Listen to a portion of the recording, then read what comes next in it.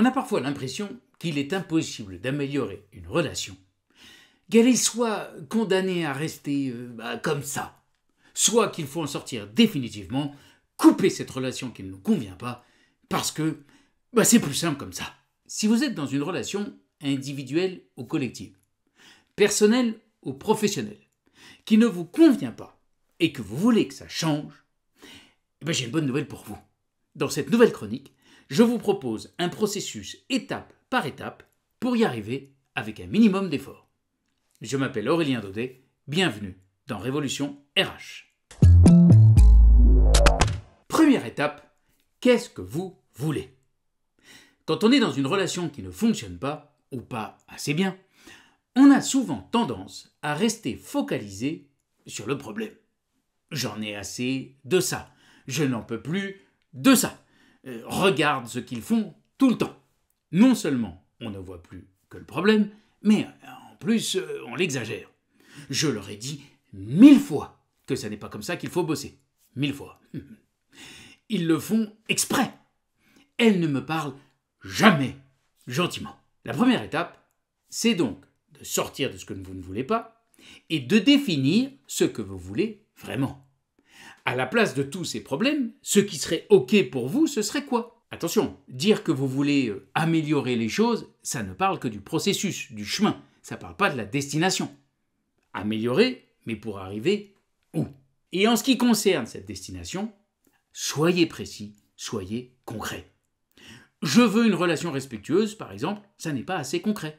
L'autre peut tout à fait avoir l'impression qu'il vous respecte, mais il n'a simplement pas la même définition. Il ou elle ne met pas le respect au même endroit que vous, et puis c'est tout.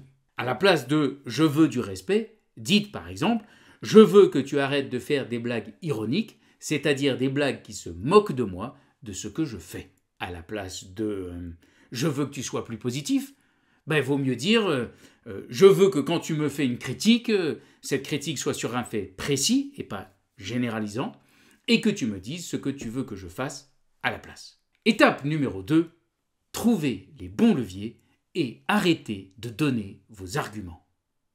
Notre première envie, c'est d'expliquer aux autres pourquoi on leur fait cette demande. Voilà les raisons du problème, et voilà pourquoi, si on change, alors ce sera beaucoup mieux. Mais évidemment, cette analyse, c'est vu de notre fenêtre. Et la personne en face peut comprendre ce que nous expliquons sans être d'accord avec nous. Enfin, Aurélien, c'est pourtant logique ce que je dis.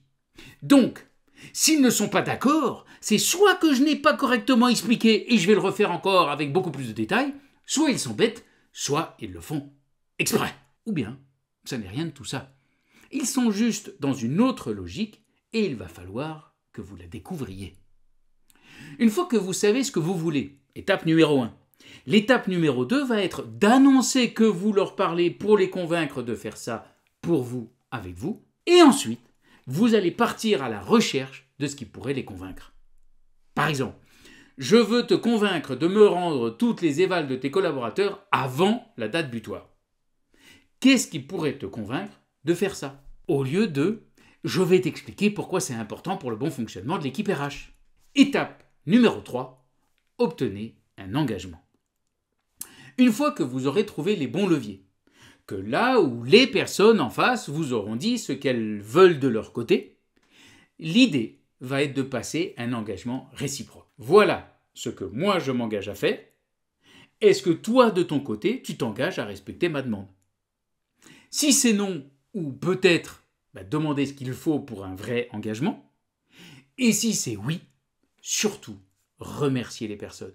Dites que c'est important pour vous de voir qu'ils sont OK pour faire ce pas vers vous. En résumé, si vous voulez changer une relation, soyez clair sur votre demande, trouvez ce que la personne veut de son côté, passez un contrat. Et à chacune de ces étapes, soulignez bien qu'il s'agit de demandes concernant des comportements, pas de changer la personne dans son ensemble, et vous faites cette demande parce que vous voulez rester en relation, mais pas n'importe comment. Très bonne semaine.